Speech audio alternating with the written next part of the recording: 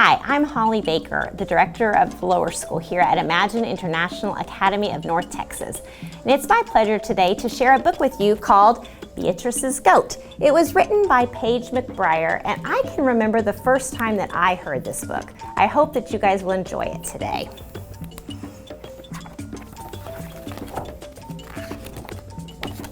If you were to visit the small African village of Kisinga in the rolling hills of western Uganda, and if you were to take a left at the crossroads and follow a narrow dirt path between two tall banana groves, you would come to the home of a girl named Beatrice.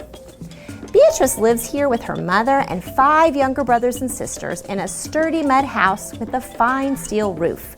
The house is new, so is the shiny blue wooden furniture inside. In fact, many things are new to Beatrice and her family lately. And it is all because of a goat named Mugisa.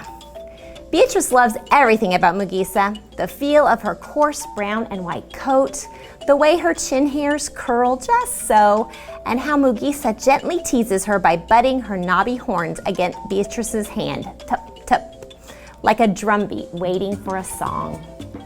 But there is one reason why Beatrice loves Mugisa most of all.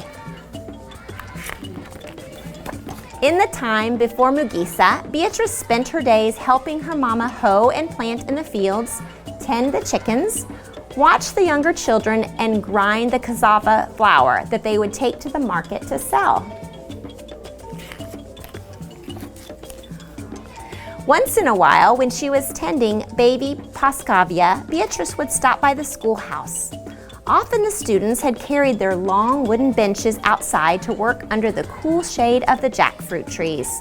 Then Beatrice would stand quietly off to one side, pretending she was a student too. Oh, how she longed to be a schoolgirl. How she yearned to sit on one of those benches and figure sums on a small slate chalkboard.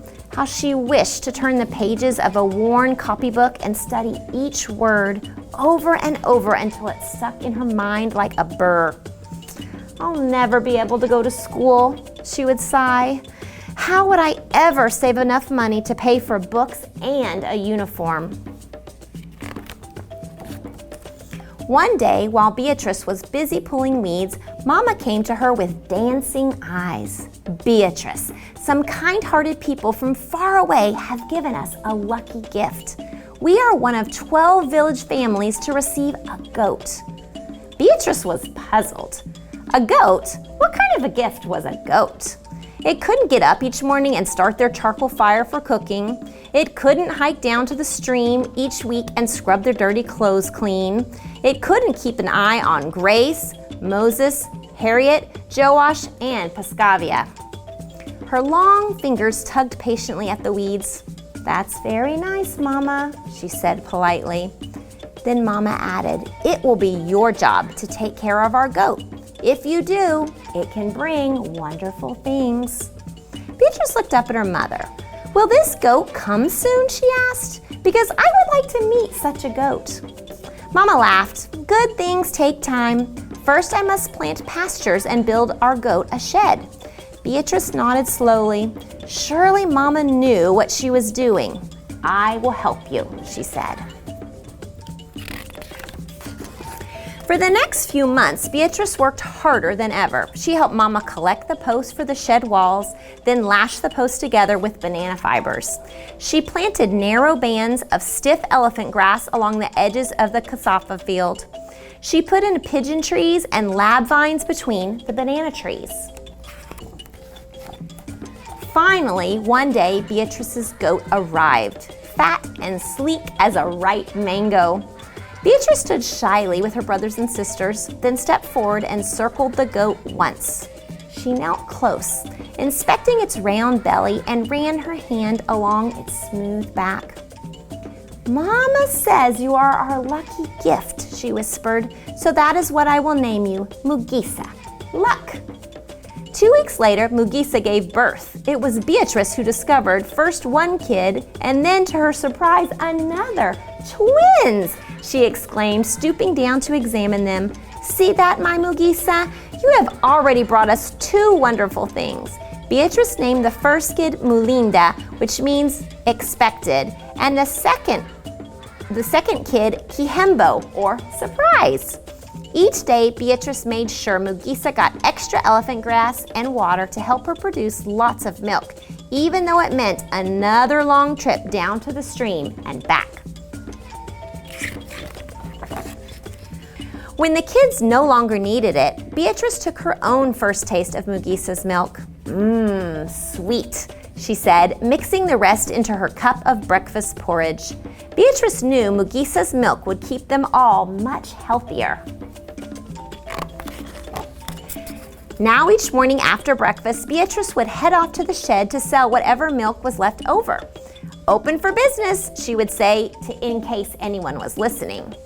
Often she would spy her friend Bunani coming through the banana groves. Good morning, Beatrice, Mugisa, expected and surprised, Bunani would always say. Then he would hand Beatrice a tall pail that she would fill to the top with Mugisa's milk. When Beatrice finished pouring, Bunani would hand her a shiny coin, and Beatrice would carefully tuck the money into the small woven purse at her side. Day after day, week after week, Beatrice watched the purse get fuller. Soon there would be enough money for a new shirt for Moses and a warm blanket for the bed she shared with Grace. One day, Beatrice returned from collecting water and noticed Mama frowning and counting the money in her woven purse. Beatrice put down the water can and rushed to her mother's side. Mama, what is it? She said. What's wrong? As she looked up, Mama's frown turned into a small smile. I think, she said, you may just have saved enough to pay for school. School? Beatrice gasped in disbelief. But what about all the other things we need? First things first, Mama said. Beatrice threw her arms around her mother's neck. Oh, Mama, thank you. Then she ran to where her goat stood chewing her cud and hugged her tight. Oh, Mugisa, she whispered, today I am the lucky one. You have given me the gift I wanted most. The very next week, Beatrice started school.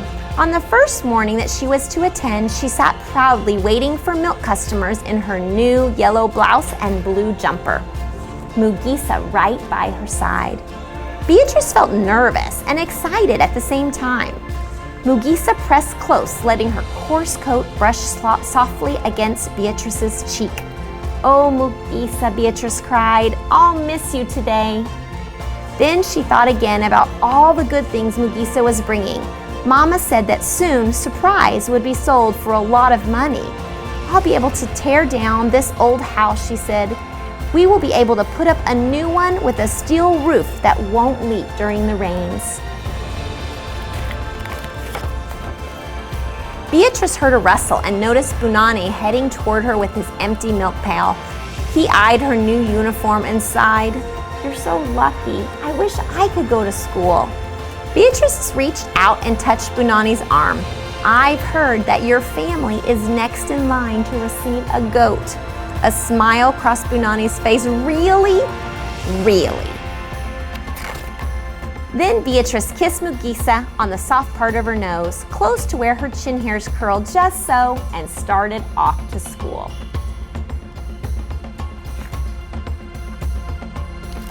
And that's the end.